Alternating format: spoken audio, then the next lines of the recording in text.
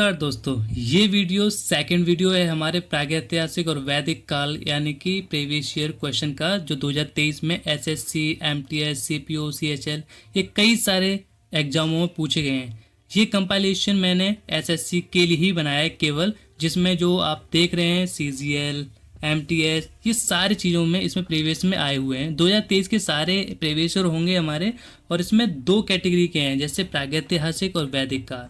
ठीक है, और ये हमारा सेकंड वीडियो होने वाला है। अगर आपने पहला वीडियो नहीं देखा है तो ऊपर आई बटन में आपको लिंक दिया जा रहा है, आप वहाँ पे क्लिक करेंगे और सीधा वहाँ पे जंप कर जाएंगे। तो चलिए ज़्यादा बातें ना करते हुए आज हम अपने वीडियो का सेकंड वीडियो का फर्स्ट क्वेश्चन आपके सामने लाते हैं, और ये रहा वो क्वेश्चन नंबर 31 से पहले जितने भी 30 क्वेश्चन हम पहले वीडियो में कवर कर चुके हैं, तो फर्स्ट वीडियो देखना बहुत ही ज़रूरी है। अगर आप सच में सीजीएल, एसएससी, एमटीएस यानी एसएससी किसी भी तैयारी कर रहे हैं तो आपसे ये क्वेश्चन बनने ही चाहिए, क्योंकि ये क्वेश्चन बहुत ही रेयर कंडीशन में यानी उन लोगों को पता होते हैं जो डीपली पढ़ते हैं। अगर आप पढ़ते हैं तो डेफिनेटली आपसे बनेंगे क्वेश्चन, अदरवाइज आपसे क्वेश्चन नहीं बनेंगे, और नहीं बनते हैं तो आप इन्हें प्रैक्टिस के लिए देख सकते हैं। तो चलिए, पहला क्वेश्चन है हमारा 31वां। हड़प्पा की अधिकांश मोहरें डैश से बनी थी? ऑप्शन ए ईंट, ग्रेनाइट, सिलखड़ी, पीतल। मैं आपको केवल 5 सेकंड दूंगा केवल क्वेश्चन पढ़ने के लिए और देखने के लिए आंसर। आप टिक करेंगे सबसे पहले, उसके बाद मैं टिक करूंगा। ठीक है, तो इसका आंसर होने वाला है हमारा सी, सेलखड़िया। सेलखड़िया एक तरह का जो सफ़ेद सफ़ेद होता है उसका एक नुमा बना होता है, जिसमें आप साइड में फोटो देख रहे हैं। ये गोल्डन कलर का है, जो पीतल मिक्स करे कांसा जिसे बोलते हैं, वो इस तरह से बनाया गया है। लेकिन सेलखड़िया की पहली जो अधिकांश मोहरें थी, अधिकांश मोहरें, इसमें आपको साफ साफ वर्ड दिखाई दे रहा है अधिकांश, ये जो मोहरें हैं वो केवल सेलखड़िया से बनाई जाती थी। साइड में आप इमेज देख सकते हैं, इस प्रकार का कुछ हड़प्पन जो मोहरें थी वो इस तरह दिखती थी, जिसमें एक सिंगा का एक एनिमल होता था, जानवर, और ऊपर कुछ इस तरह की लिपि लिखी जाती थी, जिसे हड़प्पन लिपि भी कहते थे। चलिए, सेकंड क्वेश्चन। एक सेल्ट नव पाषाण काल से डैश है? एक मकबरा, एक घर, एक उपकरण, एक कलश। क्या आंसर हो सकता है इसका? देखिए, मैं क्वेश्चन के बारे में थोड़ा बता देता हूँ। ये क्वेश्चन का मीन्स है वे ऐसे सेल्ट यानी ऐसे जो पत्थर जिसे हम यूजेस में लाते हैं, तो इनमें से क्या था, हम कहाँ कहाँ यूजेस में लेके आते थे। तो इसका बेहतर आंसर हो सकता है वो है हमारा उपकरण। यानी कि जो आप साइड में इमेज देख रहे हैं, इसकी तरह कुछ पत्थर हुआ करते थे जिसे सेल्ट बोला करते थे। नवपाषाण काल में इसे खोजा गया था, जिसमें हम सबसे ज़्यादा औजारों को बनाने के लिए इस्तेमाल किए जाते हैं। और उपकरण का मतलब होता है इक्विपमेंट, और इक्विपमेंट का मतलब होता है हमारे औजार, जैसे कुल्हाड़ी, बेंचा, या हाथ से फेंकने वाला भाला, या तीर पे आगे लगाने वाली जो हमारे पत्थरनुमा होती है कील, उससे ये सारे संबंधित हैं। सेल्ट का मीन्स वो होता है। Next question. माइक्रोलिथ का इस्तेमाल प्रारंभिक मनुष्यों द्वारा किया जाता था? एमटीएस का क्वेश्चन है 2021 का, यानी कंपाइलेशन है प्रीवियस ईयर का, जिसमें 23 की मोस्टली ज़्यादा हैं और कुछ और भी ईयर के हैं। जो बेस्ट क्वेश्चन हो सकते हैं वो मैंने आपके लिए कलेक्ट करे हैं, और अगर आपने ठीक से नहीं पढ़ा तो आप जीएस में यानी हिस्ट्री में कभी भी इन क्वेश्चनों को लगा ही नहीं पाएंगे अगर आपने डीप से नहीं पढ़ा है। तो बेस्ट तरीका देखिए, मैं आपको बता दूं, हिस्ट्री पढ़ने का, हिस्ट्री या जीएस पढ़ने का बेस्ट तरीका क्या है। आप जितने भी पीवाईक्यूज लगाएंगे, आपकी हिस्ट्री, पॉलिटिक्स, ज्योग्राफी जो भी है वो और भी बेहतर होता चला जाएगा। ठीक है ना? तो आप जितना ज़्यादा हो सकें ध्यान दीजिए, आप पीवाईक्यूज लगाएं। किसी भी सब्जेक्ट के हो सकते हैं पीवाईक्यूज, ज़रूरी नहीं है केवल यही हो। आप चाहें तो किसी भी ईयर का पीवाईक्यू लगा सकते हैं। बस एसएससी की अगर तैयारी कर रहे हैं तो सारे एसएससी के लगा लीजिए, सबसे बेहतर रहेगा। यही एक टॉपर की स्ट्रेटेजी होती है। चलिए, क्वेश्चन है माइक्रोलिथ डैश का इस्तेमाल प्रारंभिक मनुष्यों द्वारा किया जाता था? ऑप्शन ए सिक्के, ऑप्शन बी पत्थर के औजार, ऑप्शन सी कपड़े, ऑप्शन डी मिट्टी के बर्तन। ये जो आप साइड में इमेज देख रहे हैं, ये भी हम इस्तेमाल करते थे किस चीज़ों के लिए? अपने औजारों को बनाने के लिए, पत्थर के औजारों को बनाने के लिए, घर बनाने के लिए, बर्तन बनाने के लिए। तो जो प्रोबेबिलिटी आंसर है क्या हो सकता था, प्रारंभिक मनुष्य क्या करते थे? तो इसका आंसर होगा पत्थर के औजार। पत्थर के औजार का इस्तेमाल वो किया करते थे। ठीक है, जैसे जो पिछला वाला क्वेश्चन का आंसर था वो था उपकरण, वही सेम था। नवपाषाण युग को ही माइक्रोलिथ कहते हैं हम लोग। ठीक है ना भाई। नेक्स्ट क्वेश्चन, निम्नलिखित में से कौन भारत में पुरातात्विक महत्व का एक पुरापाषाण स्थल है? ये जो साइड में आप इमेज देख रहे हैं ना, यही हमारे क्या है, ये पुरातात्विक स्थल है जिसमें आपको सारे इमेजेस दिख रहे होंगे। लेकिन हमारा जो क्वेश्चन का आंसर होने वाला है चिनाब, बुर्ज़होम, होसंगी, मेहरगढ़, इनमें से आपको चूज करना है। तो कौन सा आंसर होगा इसका? इसका आंसर हो जाएगा होसंगी। ठीक है, इनमें से एक पुरातात्विक स्थल इनमें से था जो का होसंगी था। नेक्स्ट क्वेश्चन, निम्नलिखित में से कौन सा हड़प्पा स्थल अफगानिस्तान में स्थित है? जो आप इस इमेज देख रहे हैं ये हड़प्पन सिटी का था। एआई जनरेटेड इमेज है, कुछ इस तरह का ही था। तो कौन सा स्थल था देख लेते हैं। सोरतगुई, बालाकोट, नागेश्वर, कालीबंगा। ठीक है, बालाकोट की बात करें तो ये हमारा इंडिया में है, कालीबंगा भी हमारा इंडिया में है, नागेश्वर भी हमारा इंडिया में है। लेकिन ये वाला सुरतगुई ये हमारा अफगानिस्तान में है। जब हमारा अखंड भारत था तब भी हम इसे जानते थे सुरतगुई, लेकिन हड़प्पन सिटी के नाम से ज़्यादा जाना जाता है। ठीक है, फिर हमारा देश विभाजित हो गया तो ये हमारे कॉन्टेक्ट से काफ़ी ज़्यादा दूर हो गया था। नेक्स्ट क्वेश्चन, सिंधु घाटी सभ्यता के निम्नलिखित में से कौन से स्थल सिंधु नदी के तट पर नहीं है? ऑप्शन है चंदहुंदड़ो, मोहनजोदड़ो, रोपड़, कोटदीजी। क्या आंसर हो सकता है इसका? ये जो आप साइड में इमेज देख रहे हैं, ये वाला इमेज पता है कहाँ का है? ये पंजाब का इमेज है।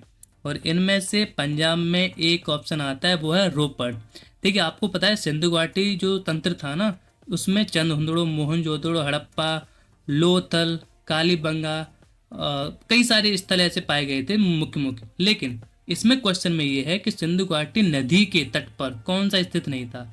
तो आपको पता है कि रोपड़ स्थित नहीं था, ये पंजाब में है, पंजाब में नीचे। क्योंकि सिंधु नदी जो है वो पाकिस्तान में ज़्यादा बहती है, और ऊपर वाले जो आपको जो दिख रहे हैं चंदहुंदड़ो, मोहनजोदड़ो, ये पाकिस्तान में ही पाए जाते हैं सिंधु नदी के तट पर। जैसे कि आपने मूवी भी देखी होगी मोहनजोदारो, ऋतिक रोशन की, उसमें दिखाया गया है। सेम उसी प्रकार से हड़प्पन सिटी की जो मोस्टली जो फेमस शहर है वो नदी के किनारे बसे थे, जिसे सिंधु नदी कहते हैं।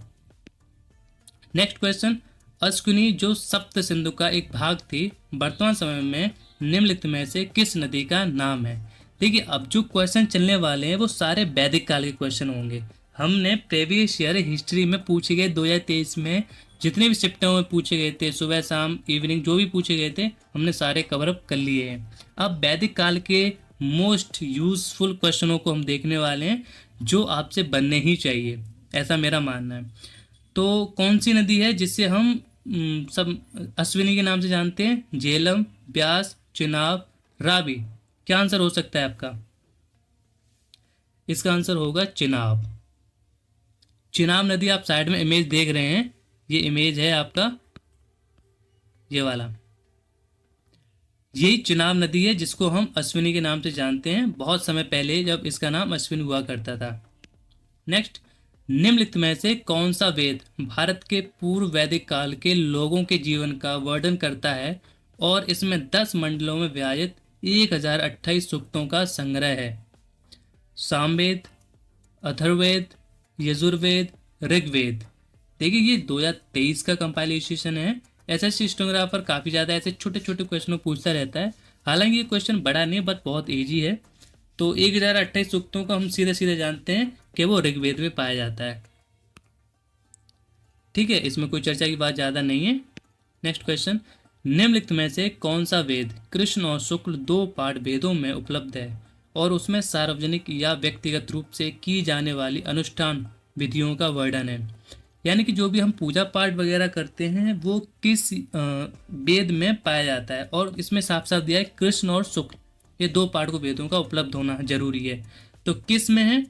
आप और हम जानते हैं दोनों में, यजुर्वेद में। ये आप देख सकते हैं, ये चारों हमारी पुस्तकें धार्मिक पुस्तकें हैं, इनमें हमें कई सारी चीज़ों का नॉलेज मिलती है, जैसे लोहा का खोजा जाना, उसके बाद की जो भी प्रक्रिया है, कैसे शूद्र वैश्य बनिया, ये सारी चीज़ें कैसे खंडन किया है, ये हमें वैदिक काल से पता चल जाता है।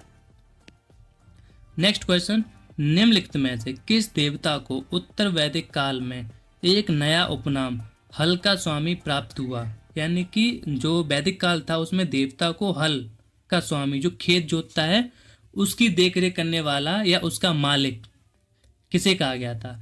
तो जैसा कि आप और हम जानते हैं कि बारिश, तूफान, आंधी, इन सब का प्रतीक को जो हम माने भगवान, तो एक ही भगवान है, वो है इंद्रदेव। तो यानी हल्का स्वामी यानी खेत से संबंधित, खेत किस पे निर्भर होती है? वर्षा पे। तो इसका भी आंसर हम क्या देंगे? इंद्र। डी ऑप्शन इसका आंसर है। आप साइड में फोटो देख सकते हैं, इसमें कई सारे भगवान का दिया है, इसमें एक इंद्र भी हैं जो साइड में आपको खड़े हुए नजर आ रहे होंगे। नेक्स्ट क्वेश्चन देखते हैं। वैदिक आर्य शब्द सिंधु नामक क्षेत्र में रहते थे, जिसका अर्थ 7 नदियों द्वारा अपवाहित क्षेत्र है। 7 नदियों में से एक झेलम नदी है, इसका प्राचीन नाम क्या था? झेलम नदी का प्राचीन नाम क्या है? ये क्वेश्चन अक्सर पूछे जाते हैं, और आप अगर सीजीएल की तैयारी कर रहे हैं तो आपसे क्वेश्चन बहुत ही बारीकी से पूछे जाते हैं, इतना बारीकी से जैसा कि आप पढ़ते हैं किसी टॉपिक को तो इतना ध्यान नहीं देते हैं।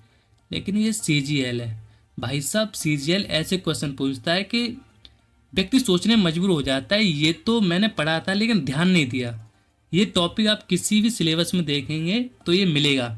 यानी ये साइड में एक बॉक्स बना दिया जिसमें 10-12 नदियाँ दे देता है, पुराने नाम और नए नाम। तो मेरे जैसे और भी बच्चे होंगे, जितने आप या कोई भी होगा, तो उसे लेफ्ट कर देता है। लेकिन ये सीजीएल है और सीजीएल बड़े बारीकी से क्वेश्चन पूछता है। तो चलिए, सीजीएल में पूछा गया झेलम नदी, ये 2023 का फर्स्ट शिफ्ट का क्वेश्चन है। झेलम नदी का आंसर है विस्तृता। क्या आंसर हो जाएगा? विस्तृता। Next question. प्रारंभिक वैदिक काल में धनवान व्यक्ति को डैश के रूप में जाना जाता था।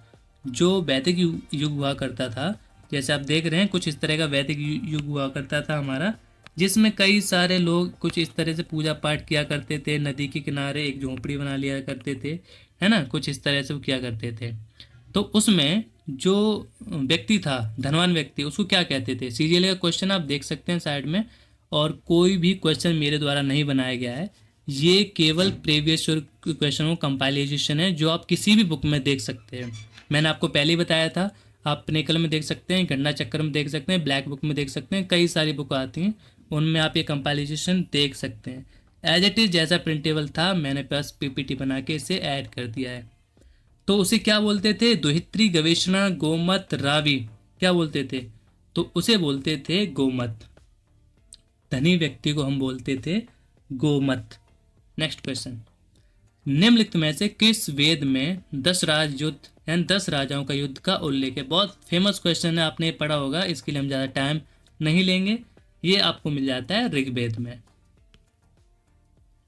ठीक है ना भाई। और 2023 का सीजीएल क्वेश्चन, मैंने बोला था ना सीजीएल बड़े डीपली क्वेश्चन पूछता है, जो आप सोचते हैं लेफ्ट करते हैं, बट ऐसा नहीं होगा। हम प्रीवियस ईयर से पढ़ेंगे, जानेंगे, समझेंगे और टॉपिक को बेहतर तरीके से भी पढ़ेंगे। उत्तर वैदिक काल में निम्नलिखित में से कौन सा वर्ड मुख्य रूप से खेती, पशुपालन और व्यापार जैसे काम करता था? सीजीएल का क्वेश्चन है भाई साहब, थोड़ा ध्यान से आंसर करिएगा। क्षत्रिय, ब्राह्मण, शूद्र, वैश्य। आप दोबारा क्वेश्चन को पढ़िए। खेती, पशुपालन, व्यापार जैसे काम कौन करता था? तो आप देख सकते हैं इसमें पंडित जी हमारे लोग पूजा पाठ किया करते थे, क्षत्रिय युद्ध की तैयारी किया करते थे, और जो वैश्य बनिया थे वो व्यापार किया करते। तो इसका आंसर क्या हो जाएगा? वैश्य यानी कि बनिया। और शूद्र जो बच जाता है वो मजदूरी करता था। 45वां क्वेश्चन देख लेते हैं। आर्यों की मुख्य प्रमुख सामाजिक इकाई डैश थी? राजन, परिषद, गढ़, जन। क्या आंसर हो सकता है इसका? देखिए, आर्य का कुछ पहनाव कुछ इस तरीके से था, आप साइड में देख रहे होंगे, कुछ इस तरह से हमारे आर्यों का पहनाव था। और आर्यों की भाषा आपको पता है, ये संस्कृत बोला करते थे। और आर्य अपने आप को श्रेष्ठ और अन्य लोगों को नीची जात के समझते थे। वो कहते थे कि आपको ज्ञान नहीं दिया गया है, हमें ज्ञान है, इसलिए आप अछूत हैं, आप छोटी जाति के, यानी कि अपने सिवा किसी को वो बड़ा नहीं समझते थे। वो कहते हैं हम बहुत ही ज्ञानी, हमें कई सारी लैंग्वेज आती हैं। तो चलिए, इसका आंसर क्या हो जाएगा बता देते हैं। इसका आंसर हो जाएगा जन। ठीक है, नेक्स्ट क्वेश्चन, चार वेदों में से किस में बुरी आत्माओं और बीमारियों से बचने के लिए जादू मंत्र और तंत्र मंत्र का संग्रह है? सीजीएल के क्वेश्चन अभी लगातार आए जा रहे हैं 2023 के। अब देखिए कितना डीपली पूछता है। ऋग्वेद, सामवेद, यजुर्वेद, अथर्ववेद, किसमें पाए जाते हैं जादू टोना मंत्र? सीधी सी बात है, हमारा अथर्ववेद में पाए जाते हैं, क्योंकि ये नया है। पहले हम त्रिवेद जानते थे, है ना, लेकिन जब एक और वेद का निर्माण हो गया अथर्ववेद का, तो हम इसे चार वेदों के नाम से जानने लगे। नेक्स्ट क्वेश्चन, पूर्व मीमांसा स्कूल ऑफ फिलोसफी की स्थापना प्राचीन भारत में डैश द्वारा की गई थी? ग्रेजुएट लेवल बोले तो सीजीएल, यह 2023 का भी है। व्यास, कपिल, पतंजलि, जैमिनी, क्या आंसर होगा? तो इसका आंसर हो जाएगा जैमिनी। ठीक है ना भाई। निम्नलिखित में से कौन सा प्राचीन भारत का सबसे पुराना ग्रंथ है? हायर सेकेंडरी बोले तो 12th के लिए, और 12th के लिए क्या हो जाता है हमारा CHSL। 23 में क्वेश्चन पूछा गया है CHL का कि प्राचीन भारत में सबसे पुराना ग्रंथ कौन सा है? महाभाष्य, अर्थशास्त्र, ऋग्वेद या मनुस्मृति? आप बता सकते हैं इसका आंसर क्या हो जाएगा। तो मैं आपको बता दूं, सबसे पुराने जो हमारे वो वेदी हैं, त्रिवेदी। ठीक है ना भाई। नेक्स्ट क्वेश्चन, भारत वंश के नाम पर इंडिया का नाम भारत रखा गया। निम्नलिखित में से किस वेद में इस वंश का सर्वप्रथम उल्लेख मिलता है? ये चारों जो आप वेद देख रहे हैं, इसमें कौन सा वेद है जिसमें आपको भारत नाम का वर्णन मिलता है? अथर्ववेद, यजुर्वेद, सामवेद, ऋग्वेद, क्या आंसर होगा इसका? मैं आपको बता दूं, इसका आंसर ऋग्वेद होगा। आप जानते हैं कि ऋग्वेद इतना फेमस क्यों है? क्योंकि इसमें 128 तो सूक्ति हैं और ये सबसे बड़ा वेद है। इसमें ही संकलन शुरुआत हुआ था कि वैदिक युग है क्या, और इस युग को, जो वैदिक काल आप देख रहे हैं ना ऊपर, ये आप देख रहे हैं नीचे वैदिक काल, इसको हम ऋग्वेद काल के नाम से भी जानते हैं। इतना फेमस है ऋग्वेद, और इसमें कई सारी चीज़ों का वर्णन है। अगर आप इसे क्वेश्चन भी देखेंगे, चैप्टर पढ़ेंगे, बहुत सारे क्वेश्चन इससे बन जाते हैं। नेक्स्ट क्वेश्चन हमारा last but not least, Jain तथा बौद्ध धर्म जिस समय लोकप्रिय हो रहे थे, उसी समय ब्राह्मणों ने 4 आश्रमों की स्थापना की, यानी कि व्यवस्था की। निम्नलिखित में से किस आश्रम की व्यवस्था नहीं की गई थी?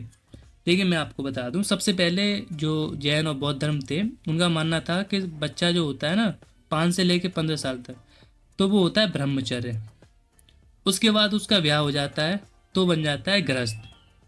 फिर उसके बाद वो वानप्रस्थ हो जाता है, और वानप्रस्थ के बाद वो सन्यासी हो जाता है। ये 4 स्टेज उसके बताए थे, और अपने अपने अलग अलग एज बताई थी। वानप्रस्थ 70 के बाद 70 के बाद सन्यासी, 70 से पहले वानप्रस्थ, और वानप्रस्थ से पहले गृहस्थ, यानी 25 से लेकर 50 तक गृहस्थ रहता था। तो इसका आंसर क्या हो जाएगा? इसका हो जाएगा परमार्थ, यानी परमार्थ की चर्चा करी नहीं। जो मैंने अभी 4 आपको गिनाए, केवल वही आंसर है। तो इसका भी आंसर क्या हो जाएगा? परमार्थ। ये हमें क्या उसने दिया ही नहीं है, तो हम इसको आंसर नहीं करेंगे। ठीक है ना भाई। तो ये हमारे 20 क्वेश्चन थे। आई होप कि आप बना पाए होंगे। अगर आपने इसमें से लगभग 15 क्वेश्चन बना लिए हैं तो आपकी तैयारी बहुत ही शानदार है।